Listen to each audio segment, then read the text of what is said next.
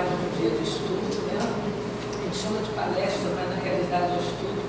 O primeiro passa pela gente, para que a gente possa aprender também e trazer para vocês as nossas reflexões. E que são reflexões na nossa visão. Isso não quer dizer que vocês, né, não façam depois a própria reflexão, aprofundando mais o assunto, né, porque sempre é bom, sempre é bom. E eu vou pedir, só para desligar um lado da luz, para que fique bem claro, todo mundo está vendo bem? Tá. Nós vamos falar hoje de um assunto, quando a gente fala compromisso com a consciência, consciência é algo que às vezes a gente fica assim meio apavorado, né? Fica meio receoso de falar de um assunto, mas que é um assunto muito importante a nível da nossa compreensão, para que a gente realmente trabalhe o nosso ser, nosso espírito, em função da gente realizar um caminho cada vez melhor. Então, nós vamos utilizar dois livros da nossa doutrina. O primeiro é o Evangelho segundo o Espiritismo, mas lá no capítulo 17, do Sede Perfeitos, que é o título dele, em Caracteres da Perfeição. Então, primeiro a gente vai mostrar isso. Por quê? Porque a gente vai falar do homem de bem.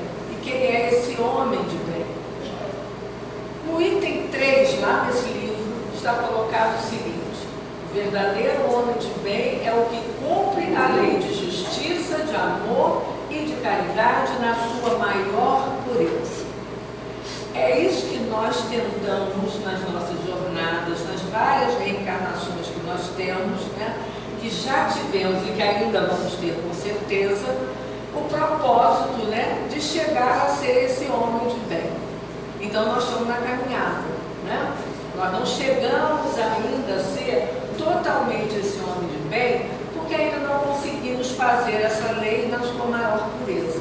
Estamos aprendendo ainda. E esse homem, se ele interroga a consciência sobre os seus próprios atos, se mesmo perguntará se violou essa lei, se não praticou o mal, se fez tudo o bem que podia, se desprezou voluntariamente alguma ocasião de ser útil, se ninguém tem qualquer queixa dele, enfim, se fez a outrem tudo o que desejara que fizesse. Então, nós vamos ver pela colocação lá no Evangelho que esse homem de bem, ele, vamos dizer, ele tem um arcabouço, né? Ele reúne uma série de práticas e de não práticas para que a gente realmente comece a percorrer esse caminho para ser um homem de bem. Então, ele tem que interrogar a consciência dele se realmente os atos dele estão adequados ou não. Essa análise cada um de nós é que vai fazer. Ninguém faz pelo outro, né? Ele vai se perguntar também se ele violou essa lei, se ele realmente cumpriu uma justiça, teve amor, teve caridade. Só ele também consegue realizar essa análise. Se não praticou o mal, se ele fez todo o bem que podia, porque às vezes a gente acha que a gente faz o bem, mas depois a gente fica assim, mas será que eu fiz realmente tudo aquilo que era necessário? A gente pratica realmente? Ou se ele desprezou voluntariamente, quer dizer, foi algo que ele quis, tá? Alguma ocasião de ser útil. Às vezes a gente tem a possibilidade de socorrer, de ser útil a alguém, e a gente voluntariamente a gente não faz. A gente resolve não fazer. Não?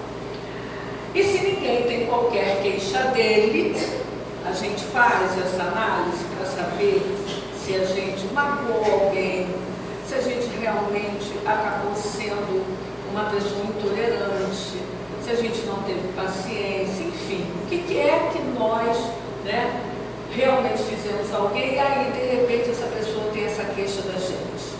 Então, realmente, tem alguém com uma queixa? Enfim, se ele fez a outra, tudo aquilo que desejaram que ele fizesse. A gente tem por premissa fazer o bem, fazer tudo aquilo que a gente gostaria que os outros fizessem a nós, fazer ao outro.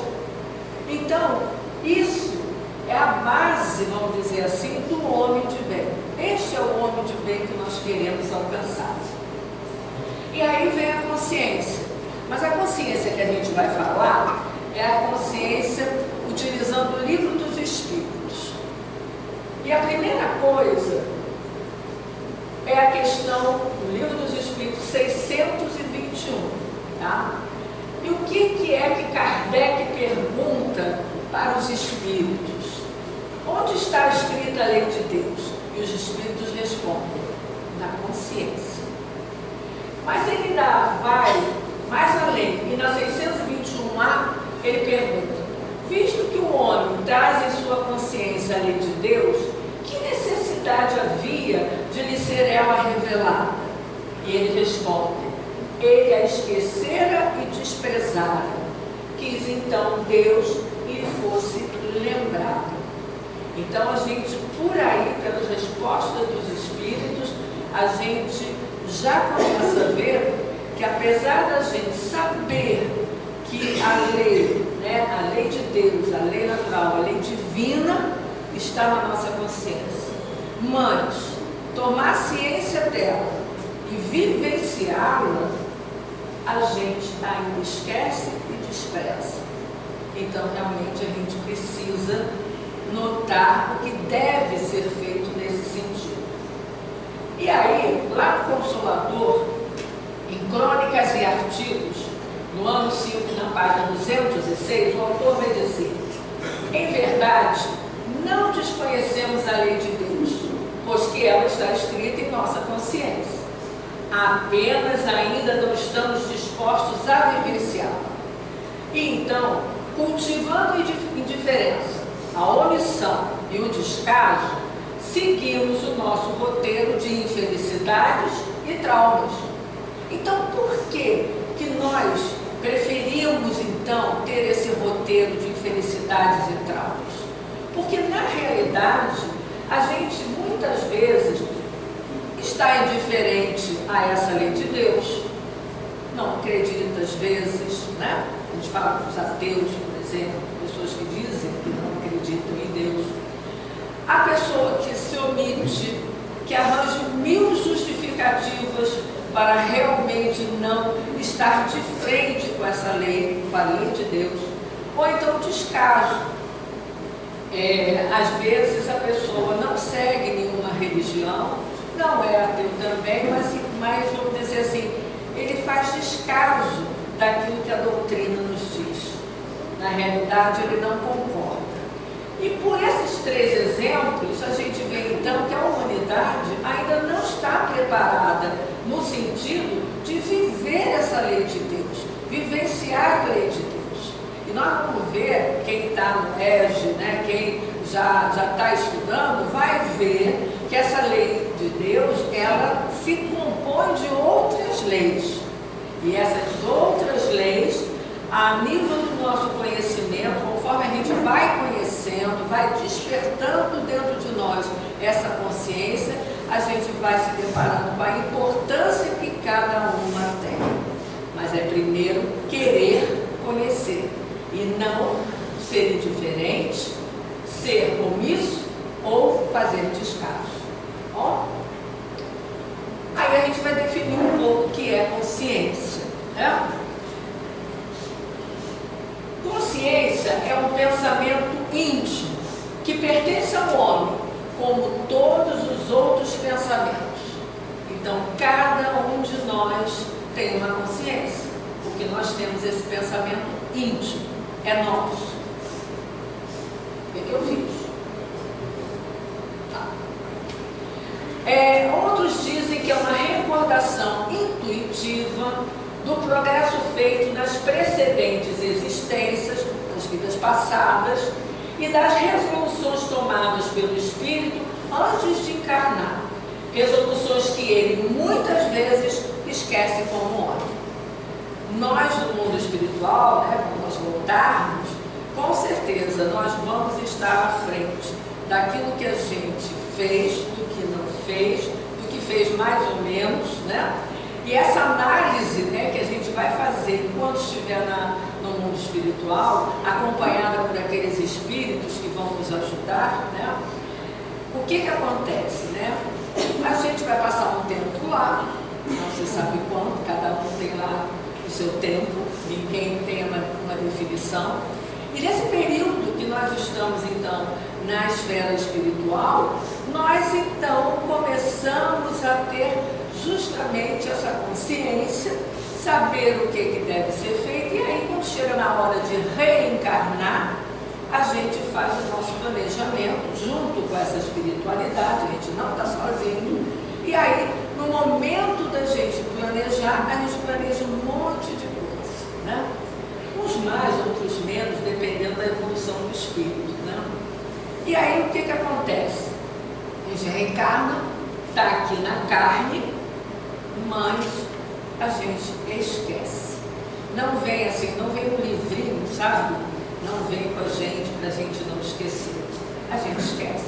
Até porque, né, Deus, na sua misericórdia, na sua sabedoria, sabe, né, que a gente não pode ficar sabendo, por exemplo, se aquela família onde eu reencarnei, o meu pai, né, ou a minha mãe, meus irmãos, foi algum inimigo que eu tive no passado.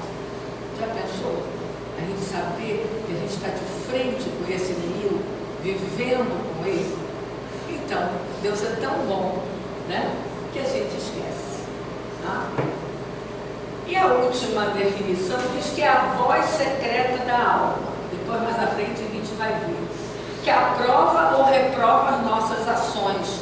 É aquela anteninha que a gente tem, né? Quando a gente faz algo, se foi bom, ótimo, né? Prova. Mas se não foi, a gente fica logo com a consciência pesada, né? A consciência culpada. É o sentimento do que passa em nós no mais profundo do nosso coração. Porque está envolvido com emoções. Não tem como não ter a emoção junto, né? Nos momentos das nossas escolhas, das nossas definições enquanto caminho. E lá na pergunta, ainda no Livro dos Espíritos, eu vou usar muito hoje, na questão 834, Kardec vai e pergunta para os Espíritos: é responsável o homem pelo seu pensamento? E ele responde: perante Deus é. Somente a Deus, sendo possível conhecê-lo, ele o condena ou o absolve, segundo a sua justiça. E vamos entender essa condena, né, ou absolve, não como castigo, não, sabe? Porque Deus é Pai, é amor, né? Mas, dependendo da justiça que ele aplica, nós vamos receber aquilo que nós temos que passar ou não passar. Vai depender justamente disso. Ora, então esse pensamento que nós temos, nós só temos que realmente ser responsáveis perante Deus. E a mais ninguém. Não a, vamos dizer, o que está do meu lado, parente, amigo, não. O pensamento, tá? Então, nós vamos entender o porquê um pouquinho mais à frente. João Nunes Maia, que é o autor do livro Filosofia Espírita, no volume 17, capítulo 18, ele fala de responsabilidade. Está justamente através do Espírito Miramês, ele diz o seguinte, é um texto um pouquinho longo: certamente que o homem é responsável pelos seus pensamentos ante a majestade divina, ante Deus. No entanto, o Senhor, quando nos criou, e tendo onisciência, já sabia o uso que iríamos fazer dos nossos pensamentos e da nossa própria vida. Olha, ele nos criou, ele nos conhece, ele sabe perfeitamente.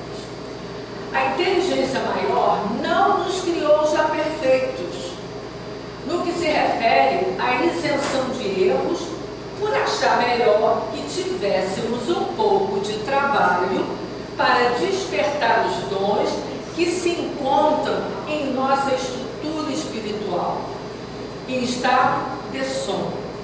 Na profundidade, somos perfeitos, por termos sido criados pelo ser perfeito. Só que somente nos resta despertar essas qualidades já existentes dentro de nós. O que ele quer dizer com isso, né? Ele quer dizer que nós fomos criados pelo Pai, que é perfeito, né? Mas, quando Ele nos criou, Ele nos deu todas as possibilidades de chegar um dia a sermos perfeitos, e chegaremos lá. Porém, Ele, como nos conhece, Ele deixou assim: vou criá-los, né? Vocês vão chegar à perfeição, mas esse caminho que vocês têm que o quê? Trabalhar. Vocês vão ter que despertar os dons que se encontram dentro de cada um. E aí é que está a diferença entre todos nós. Eu sou a Geisa, com o meu pensamento, com as minhas atitudes, com a maneira de agir, e cada um de vocês é vocês, né?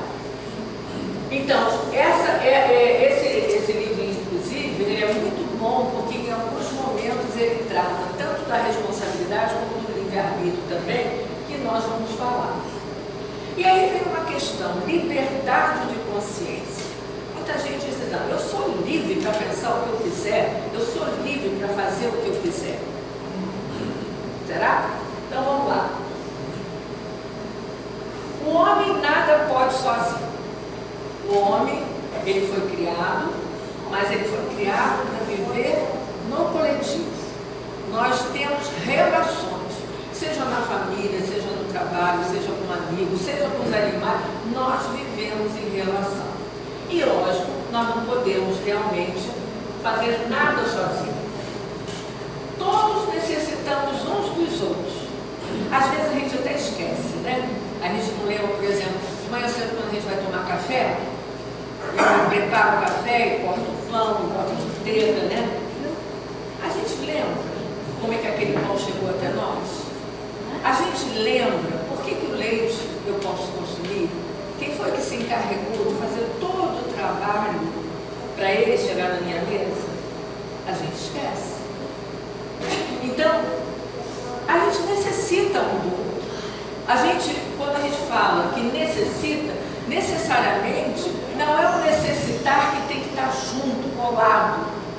Porque eu posso necessitar do outro que está tão longe, mas ele é responsável por tudo aquilo que de repente vai chegar até mim. Seja materialmente falando, né? Seja a nível até da própria religiosidade, porque nós vamos receber isso das pessoas. Desde que haja duas pessoas juntas, há direitos a respeitar. E não terão elas, portanto, liberdade absoluta.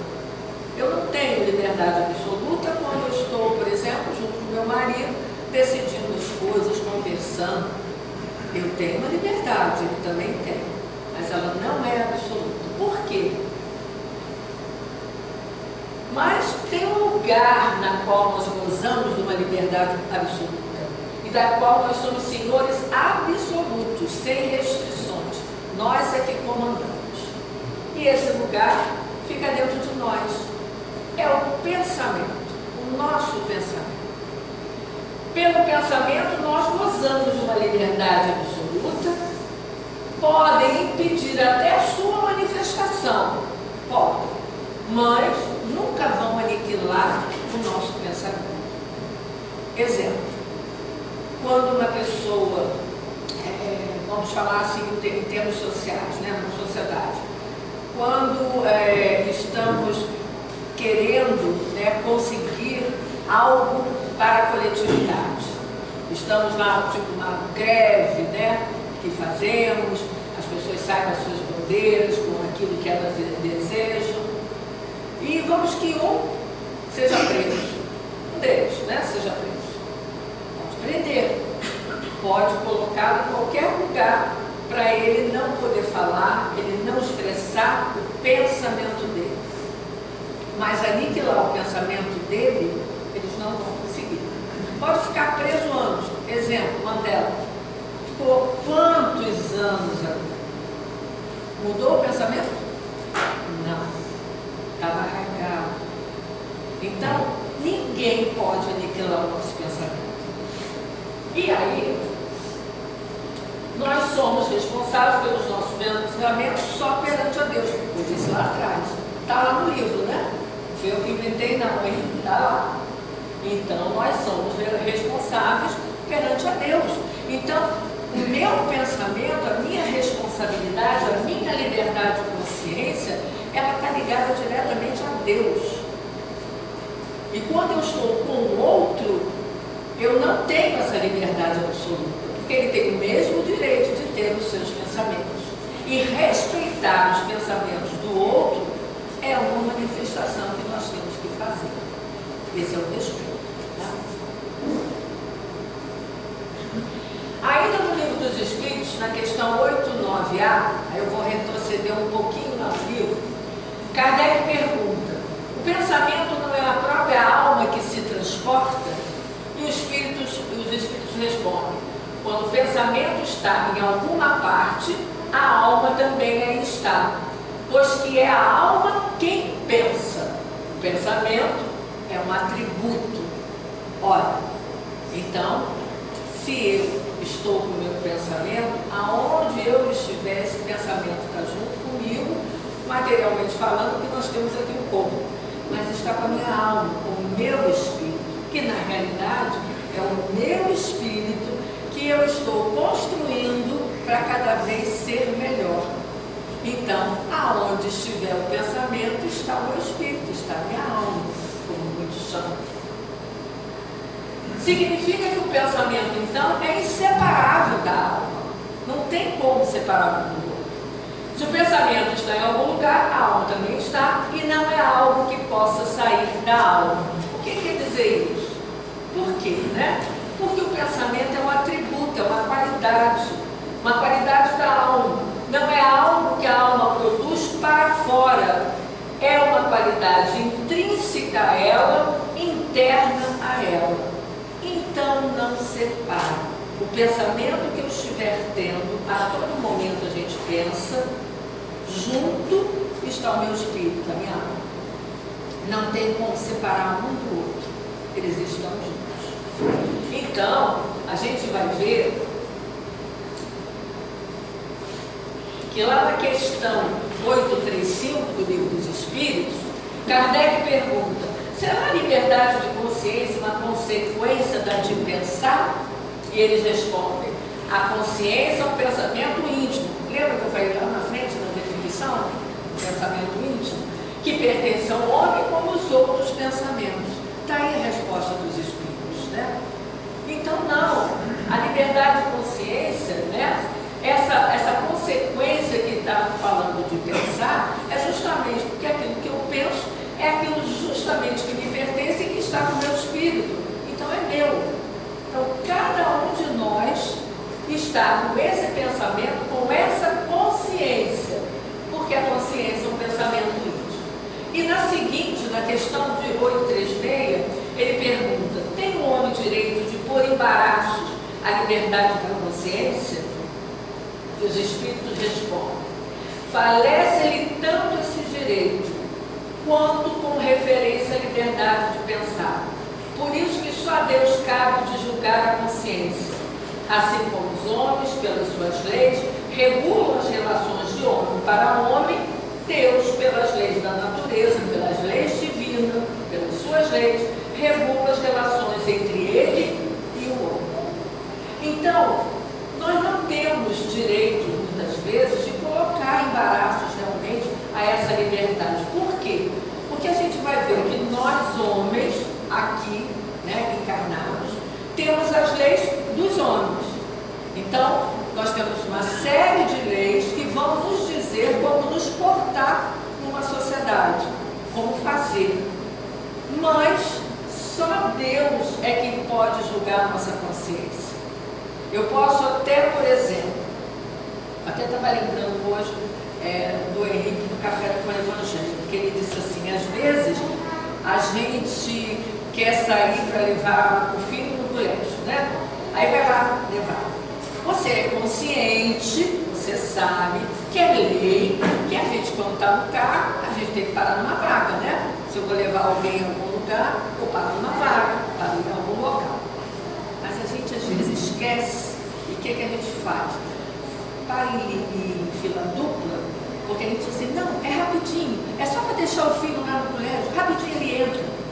Mas a gente está fazendo errado. Essa é a lei, né? A lei não diz isso. Como a lei, por exemplo, diz que as mulheres, né, para dirigirem, tem que dirigir com um sapato o quê? Fechado, né? Tem que ser fechado, ou tem que ter sempre o calcanhar, né? De uma forma que ele fique fechado para você dirigir. Então, se um guarda me parar e eu tiver com uma sandália, uma havaiana, estou totalmente errado. E eu não sei da lei? Sei.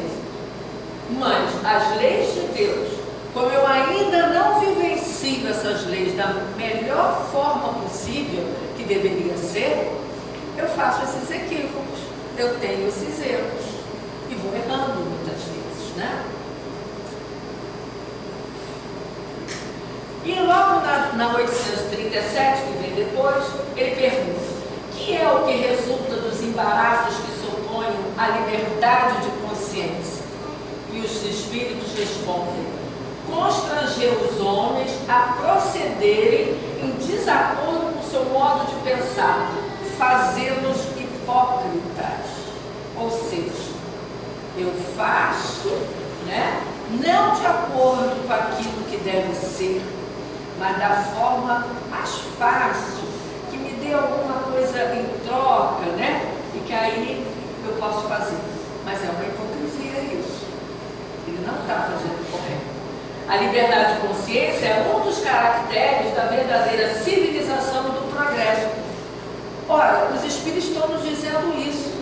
Mas se nós, enquanto aqui encarnados, não tivermos consciência e compromisso com essa nossa consciência, para que a gente vivencie todas as leis de Deus, lei da liberdade, lei de ação e reação, lei da justiça, do amor e da caridade, é uma série delas. Se eu não as vivencio, como que essa sociedade ela vai realmente ter essa liberdade de consciência como um caráter dela, como ser uma sociedade realmente civilizada e com progresso? Ainda falta. Basta lembrar de uma guerra que nós estamos tendo, que ainda não acabou, né? Já quem acompanha, da Ucrânia, né? A Ucrânia é a Rússia. Se a gente parar para ver esta guerra, analisar, a gente vai ver quantas leis de Deus não estão sendo ali cumpridas e vivenciadas. E ainda lá naquele livro da Filosofia Espírita pelo Espírito Meirelles, do João Nunes Maia, ele diz o seguinte: a liberdade de consciência é força do progresso espiritual de todas as criaturas. Eu só vou ter essa liberdade se eu crescer espiritualmente. Não obstante, há países, por contradição materialistas, que desejam opor-se a essa liberdade. Nós não conhecemos países assim, que impedem, né, o ser humano de ter liberdade de pensar, de externar os seus pensamentos em público, né? Mulheres que são obrigadas a usar roupas, né, a se taparem, e que não pode isso, não pode aquilo, uma série de coisas. Quantos países a gente conhece? Graças a Deus o Brasil não tem muito problema, mas, né, a gente ainda tem liberdade de expressão. Infelizes dos homens que tentam constranger a liberdade de consciência, região divina no homem, para ouvir o que os céus desejam falar. Então, todas essas pessoas que constrangem o semelhante, impedindo deles poderem ser o ser humano com consciência, vivenciando tudo aquilo que lhe é necessário para progredir no seu caminho, esses homens, né, a gente não vai citar nomes, é só a gente pensar, é só a gente olhar para o nosso mundo, a nossa terra como ela é, a gente vai ver que eles realmente não estão cumprindo aquilo que Deus espera deles em função da criação que eles tiveram. Cada um de nós tem a liberdade de praticar os seus atos de acordo com a sua consciência. Por isso, o nosso livre-arbítrio nos confere a responsabilidade plena de pensar e de agir. E aí, quando eu falo em livre-arbítrio, na questão 843 do Livro dos Espíritos, Kardec pergunta: tem um homem o livre-arbítrio dos seus atos? E eles respondem: pois que tem a liberdade de pensar, tem igualmente a de obrar, trabalhar. Sem o livre-arbítrio, o homem seria uma máquina. Então a gente tem escolhas, a gente pode fazer escolhas. Está ali aquela figura, né? Eu posso seguir um caminho da direita, eu posso seguir o caminho da esquerda. A análise que eu vou fazer para mim, na minha consciência, para decidir por onde eu vou, é minha. E se alguém é que acha que pode, né, designar o caminho que eu vou seguir, está completamente errado, porque não é dessa forma. E ainda no Filosofia Espírita, pelo Espírito do primeiro mês, ele diz o seguinte: o livre-arbítrio é, pois, uma disposição de semear. Os pensamentos são sementes formadas no campo sagrado da alma, porém, ela é obrigada a colher os seus frutos. A doutrina espírita, inspirada no Cristo de Deus, veio ensinar aos homens como escolher o que plantam na lavoura do mundo e das criaturas. É nessa escolha que a vida pode nos surgir cheia de esperança. No nosso meio espírita, a gente escuta muito isso. O que você plantar hoje, você colhe amanhã. Então, para semear coisa boa, né? Aí eu vou colher coisa boa também. Então, na hora de eu semear, eu tenho que estar atenta ao quê? Aos meus pensamentos. Porque são eles as sementes que eu vou jogar, né? Que eu vou semear para conseguir justamente algo de bom. Se essas sementes, os pensamentos, estão ruins, não estão muito bons, com certeza o que eu vou colher lá na frente também não vai ser muito bom. Então, isso está a nosso cargo e de mais ninguém.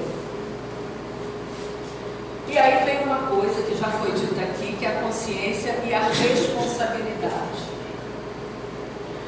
Divaldo Franco, no livro Momentos de Consciência, ele coloca o seguinte texto, foi um trechinho que eu peguei. A responsabilidade é manifestação evidente da aquisição de consciência. Quando a gente fala aquisição de consciência, eu estou me referindo, né, de eu estar atenta aos meus pensamentos. Porque a consciência é aquele pensamento íntimo meu. Então, se eu estou atento aos meus pensamentos, eu vou ter a responsabilidade, ou seja, a manifestação daquilo que eu já adquiri. O ato de pensar nem sempre faculta a visão correta, necessária à responsabilidade. Esta se alicerça no discernimento dos objetivos da existência terrestre. Por que que eu estou aqui? Discernir, analisar. Por que que eu estou? Quais são os objetivos que se tem estando aqui na crosta terrestre, no planeta Terra? Propelindo-se as ações enobrecedoras em clima de dignificação. Então, é o lado justamente melhor que a gente pode analisar e tentar conquistar, trazer para a nossa vida, para dignificar isso.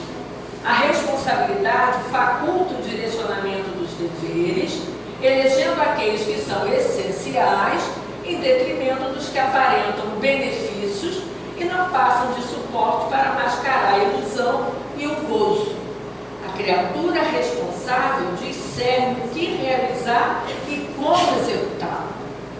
Então, o discernimento que se precisa ter nas nossas escolhas, nas nossas decisões, naquilo que nós vamos agir, vamos plantar, ele é fundamental. Não tem como alguém nos dizer algo, faz assim, faz desta maneira, e eu aceitar completamente sem discernir sobre aquilo que ela me disse. A gente precisa, a gente não é robô, né? A gente não é comandado, a gente tem consciência, a gente tem os nossos pensamentos íntimos, então a gente tem como fazer as escolhas. Então, isso é fundamental. A criatura responsável, que tem responsável a sua consciência, discerne o que realizar e como executar. E aí, vamos interrogar então as nossas consciências sobre os nossos atos, tá? Então eu vou colocar aqui algumas maneiras da gente fazer isso, né? Quando a gente tem alguma dificuldade. Primeiro, se não violamos a lei de justiça, amor e caridade. Então a gente já sabe que essa lei, ela é uma das leis importantes, né? Dentro das leis do Pai. E aí a gente tem que realmente conhecê-la, saber que lei é essa e começar a olhar para nós se nós realmente não violamos essa lei. Porque a caridade, por exemplo, ela pode ser desenvolvida, né, de várias formas. Mas qual é a forma que eu estou fazendo? Eu estou fazendo, vamos dizer, com amor, com carinho, né? Realmente fazendo aquilo de coração? Ou eu estou fazendo aquilo porque eu vou conseguir isenção na minha empresa, a minha empresa tem lá um custo X que eu posso deduzir porque eu dei não sei quantos alimentos para uma instituição. Não estou violando? Estou. Eu pratiquei a caridade, né? Fui lá e mandei as cestas. Mas qual foi a intenção? Qual foi o discernimento que eu fiz sobre isso? Foi o lucro, né? Foi o lucro. Então, não é por aí. Outro, se não cometemos o mal, eu não vou nem entrar nisso, porque isso aí é muito claro, né? Isso aí é mais do que claro. Se fizemos todo o bem que podíamos, eu já falei aqui, nós já pensamos sobre isso. Se não deixamos escapar voluntariamente a ocasião de ser útil, tá lá, lembra do Evangelho segundo o Espiritismo? Foi o primeiro slide que eu mostrei para vocês, está lá escrito isso, tá? E se ninguém tem que se queixar de nós, enfim, se usamos de quê? Empatia com o nosso semelhante. Seja ele qual for, seja ele, desde daquela pessoa que trabalha com a gente, daquela pessoa que pode ser o chefe, pode ser a pessoa que serve o cafezinho, né? Desde dentro da família, aquele que a gente tem uma afinidade maior, mas aquele também que precisa da nossa ajuda, que às vezes está passando por uma problemática, às vezes até de se encontrar, e às vezes a gente tem que ter empatia com ele para poder ajudar. Enfim, empatia é a palavrinha mágica para que a gente possa lidar com o semelhante. E aí, vai bater aonde tudo isso? No conhecimento de si mesmo. E para eu fazer tudo isso aí, eu tenho que me conhecer.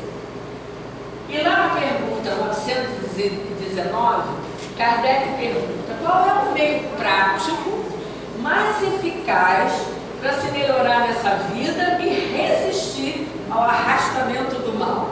O que eu tenho que fazer? E os espíritos dizem: um sábio da antiguidade lhe disse: conhece-te a ti mesmo. Esse sábio foi Sócrates. Então, eles foram muito objetivos, né? É simples a resposta e bem objetiva. E aí, logo depois, na 919A, Kardec pergunta: concebemos toda a sabedoria dessa máxima. Máxima é aquela lá, conhece-te a ti mesmo. Mas a dificuldade está precisamente em se conhecer a si próprio. Qual é o meio de se alcançar isso? E aí eu tirei o início, porque é grande a resposta. Santo Agostinho nos diz: fazei o que eu fazia quando vivi na terra. Ao fim do dia, interrogava a minha consciência. Lembra do interrogar a consciência que está lá no Evangelho? É isso. Passava a revista ao que fizera e perguntava a mim mesmo se não faltara algum dever, se ninguém tivera motivo para de mim se queixar. Foi assim que cheguei a me conhecer e a ver o que em mim precisava de reforma. O conhecer a si mesmo é algo que a gente acha difícil, né? Mas não é impossível. basta-me de ter o propósito de realmente se conhecer. Muitas vezes a gente vai se deparar, como se fosse um espelho, né? Com aquele amigo, com aquela pessoa da família, né? Que nos diz algo e a gente leva um espanto, né? Você é intransigente. Como que eu sou intransigente? Mas se a gente parar, olhar as atitudes, olhar o porquê da pessoa dizer que eu sou intransigente, é uma maneira de eu procurar saber por que eu estou com aquele equívoco. E o que eu tenho que fazer para não ser mais intransigente? A mesma coisa é quando a gente diz que o amigo, né, é o espelho, é o nosso espelho. E é amigo, estou falando amigo, sabe? Aquele que, né, dá para tudo, pro bom, pro ruim, para tudo. Quando ele chega perto da gente e diz, olha gente, eu acho bom você ter mais calma. Você está tratando o seu marido, você está na berrinha. Você está tratando o seu marido com muita impaciência. Você está sendo duro. Aí a gente para, pensa, poxa, ele é meu amigo, minha amiga, né? Gosta de mim, eu também gosto. E aí a gente percebe, né, pela visão do outro, aquilo que a gente está fazendo e que não condiz com nenhuma lei do nosso Pai. É difícil conhecer a si mesmo? Dá trabalho. Mas se a gente tiver perseverança, se a gente tiver compromisso, se a gente quiser realmente saber aquilo que a gente tem de virtude e aquilo que a gente tem de vício, de equívoco, a gente pode fazer. Virtude todo mundo gosta de dizer, né? Eu sou tão boa, né? Olha, eu sou uma pessoa calma, eu sou uma... Aí a gente, né, bota para fora todas as virtudes. Mas quem é que vai dizer que eu sou egoísta? Eu sou uma pessoa muito vaidosa, sou intransigente, tenho um ciúme danado. Aí é que está o problema. Encarar tudo isso e fazer com que isso se transforme, deixe de ser aquilo, é o trabalho que nós vamos ter que fazer. E aí, quem assim se esforça em proceder, estará no caminho para ser um homem de bem. Lembra do homem de bem? Agindo de acordo com os compromissos com a sua consciência. E aí eu vou ter de volta, só que agora numa figura, o verdadeiro homem de bem é aquele que pratica a lei de justiça, de amor e caridade na sua maior pureza. Está lá no Evangelho, capítulo 17, item 3. Nós, enquanto espíritas, nós, enquanto participantes dos grupos de estudos da casa, nós, enquanto vamos estar aqui proferindo um estudo, falando de algum tema, nós temos que ter a consciência e o compromisso com ela de executar tudo aquilo que é necessário para eu ser um dia um homem de bem. Nós ainda estamos a caminho, mas não é para ninguém ficar triste, né? Desalentado, né? Perder assim a vontade, não, porque isso é muito bom, porque a cada momento que eu me deparo com algo que eu não estava consciente, mas que eu despertei através de um amigo, através de alguma atitude, através de algum acontecimento, seja o que for, isso me dá justamente a oportunidade, enquanto eu já sei que na minha consciência está lá registrado as leis do Pai, me dá justamente a oportunidade de eu correr atrás disso tudo. Ninguém vai correr por mim. O pensamento é meu, a consciência é minha, a vontade também de fazer com que essa consciência desperte para todas essas leis é minha, não é de mais ninguém. Não adianta mamãe, papai, marido, filho, ninguém chegar e dizer dizer que você tem que mudar. A gente não muda ninguém, não muda. Quem muda é a própria pessoa. A gente pode falar várias coisas para essa pessoa. Dizer que tem que assistir palestra, dizer que tem que estudar, dizer... A gente pode dar assim, um fim, uma meada, né? De coisas que ela pode fazer. Mas ela só vai mudar se ela quiser.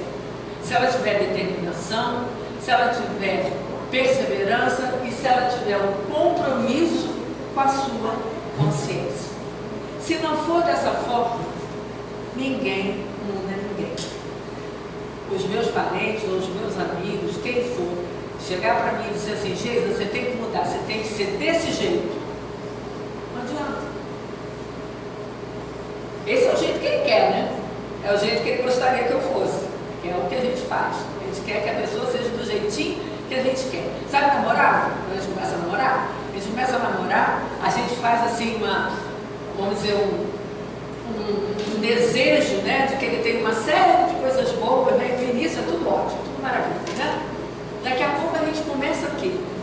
A gente começa com aquele ciúme, a gente acha que tem que estar junto com a gente, mas por que você não veio hoje? Porque aí começa as cobranças, começa isso, começa aquilo, e de repente, né, a gente justamente está querendo que ele seja, ou mulher ou homem, tá? Varia, não. A gente quer que ele seja aquilo que a gente quer. E não é. Cada um é um. Cada um tem seu pensamento, cada um é uma individualidade. Vamos conviver, vamos estar juntos e vamos ter respeito por cada um de nós. Mas eu não mudo ninguém e ninguém me muda se eu não quiser. Então a proposta é minha e o compromisso é meu, de mais ninguém. Eu espero ter, dado a oportunidade de se esclarecer um pouquinho sobre a consciência, sobre o pensamento, né? Sobre justamente tudo isso que nós percorremos, vivemos no nosso dia a dia e que é o nosso caminho. E se nós queremos seguir esse caminho, seja aquele caminho que um dia eu vou ser aquele homem de bem totalmente, né? Perfeito, a perfeição, porque é o que o Pai espera. Ele está lá esperando a gente fazer todo esse percurso até chegar lá, até ser esse espírito puro. Mas vai dar trabalho.